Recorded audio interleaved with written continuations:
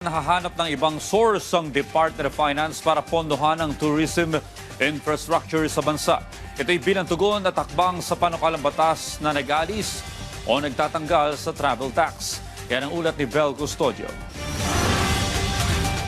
Sinabi ni Department of Tourism Secretary Cristina Frasco na ipauubaya na niya sa mga mambabatas ang desisyon sa panukalang batas na tanggalin ang travel tax. Kasunod ito ng isinusulong ni House Majority Leader at Ilocos Norte Representative Sandro Marcos na House Bill 7443 o ang Travel Tax Abolition Act of 2026. Ani Frasco, isusulong pa rin na ahensya na patuloy na paglaanan ng gobyerno ng pondo ang tourism infrastructure, education at preservation kung sakaling maibatas ito. So there is a quantifiable benefit to the payment of travel tax.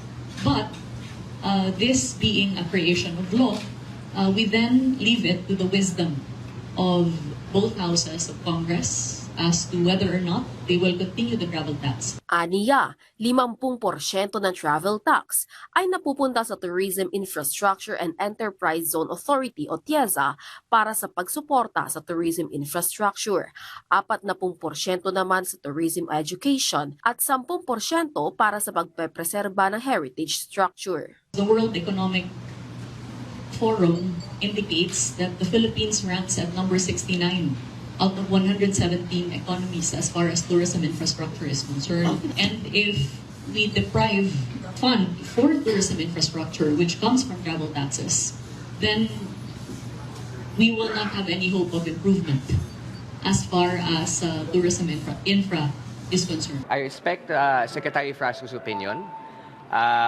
but honestly, TIEZA has a abysmal reputation in terms of absorptive capacity, and actually the funds that are allocated to it are very scarcely or hardly used as efficiently as possible. Sa pamamagitan ng pag-alis sa travel tax, matutuldukan na ang paniningil na umaabot sa 2,700 pesos travel tax para sa first-class passengers at 1,620 pesos para sa economy class travelers. Nauna nang nilinaw ni Marcos na ang pag-alis sa travel tax ay hindi nangangahulugang pagtalikod sa suporta sa turismo, kultura o edukasyon ng mga sektor na kasalukuyang nakikinabang sa koleksyon ng travel tax.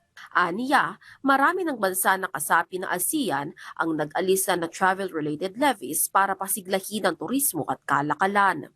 Ayon sa House Majority Leader, suportado ng Department of Finance ang panukalang batas at hahanap ng ibang source para pondohan ang tourism infrastructure, education at preservation.